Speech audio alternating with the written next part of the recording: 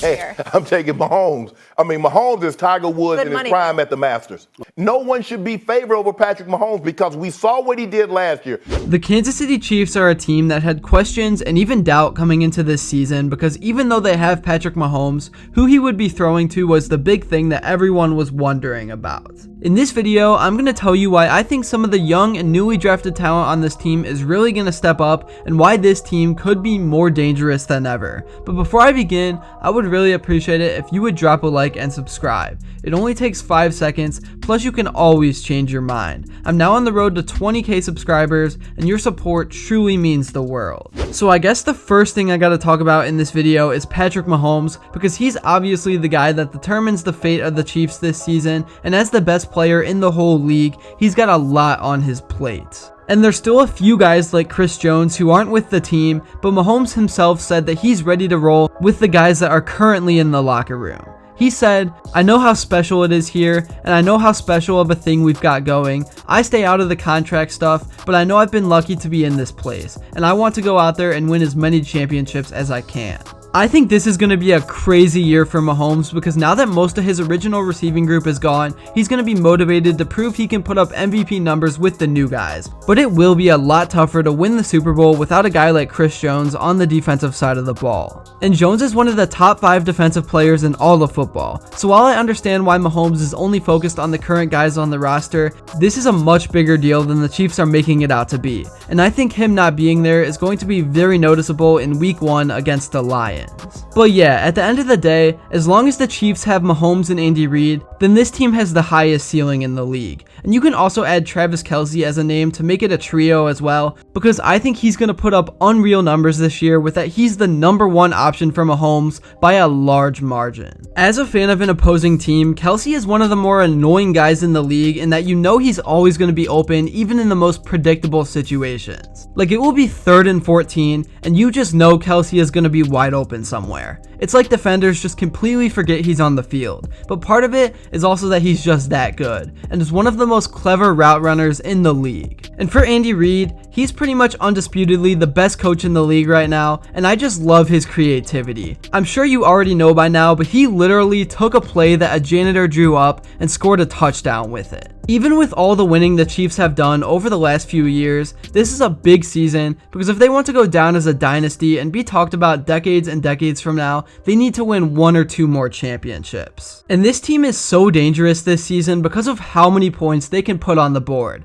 And I'm very interested to see what Isaiah Pacheco can do as the RB1 because one thing the Chiefs haven't really had over the last few seasons is a productive running game. And not that they've needed it, but it's always a bonus. And with how the game is played today, offense is the new way to win championships, and the defense wins championships saying doesn't hold true near as much anymore. I'm not saying that you can just completely blow off defense, but if you can score 40 points a game and have around an above average defense, then you're going to be in pretty good shape. And that's exactly what the Chiefs have with or without Chris Jones. But this year is definitely not going to be easy because this team plays a pretty tough schedule and they got to face the Eagles, Bills, Bengals, and Chargers. So as much as I want to say this is a 15-2 team, this could very easily be a 12-5 team if they start out slow.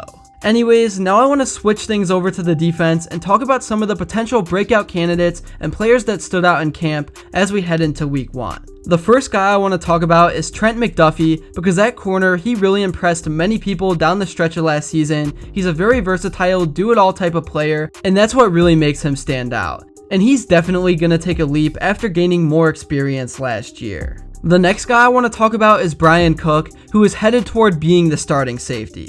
Last year as a rookie, I really liked what he showed when he had the chance to get in, and like I said, this season Kansas City is looking to give him a more significant role, and that's why he has breakout candidate written all over him. Also, another question for this defense is, will Nick Bolton improve as an every down linebacker? Bolton has had about as strong of a start to his career as any Chief in recent memory. He had 112 total tackles as a rookie and was named to the All-Rookie team. Bolton then increased his tackles to 180 in 2022, which was good for second in the league. He also added 2 sacks and 2 interceptions to go along with it. The most significant moment in his career is one of the biggest defensive plays not only in Chiefs history, but in the history of the Super Bowl. Alright, now I want to talk about the young receiving core that Mahomes has to work with, because I've really only talked about Travis Kelce, and there are a few guys that have a chance to really make a name for themselves this season. With Juju Smith now in New England, Kadarius Toney will take over as the wide receiver 1, and he's a guy that has been a breakout candidate for years, but has ran into so many injuries. I don't think any of the receivers on this roster are actually going to break out production-wise, because Mahomes really likes to spread the ball out, but that just means everyone gets to stay involved, which is a big reason why the chemistry of the offense is always so high. And I'm going to be super interested in what Sky Moore does this season, because he's super shifty and this is his big opportunity. But yeah, that's really all I have to say for this video. Week 1 is almost here and it's going to be such a fun game. I really expect big things from the Lions this season after last year, but the Chiefs obviously are the team to beat and everyone is going to be targeting them. Patrick Mahomes is just such a special player, and every year, he seems to find new ways to improve, and he weekly makes a new jaw-dropping play that would ruin Madden if they added it to the game.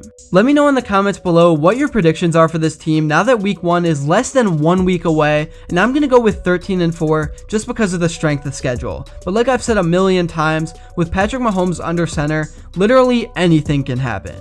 Thank you all so much if you made it to this point in the video, and if you enjoyed and haven't yet, make sure to drop a like and subscribe because your support truly means the world. I am just so excited that football is finally back and there was just so much to talk about, so let me know what you would like to see next. And until then, I will see you all later.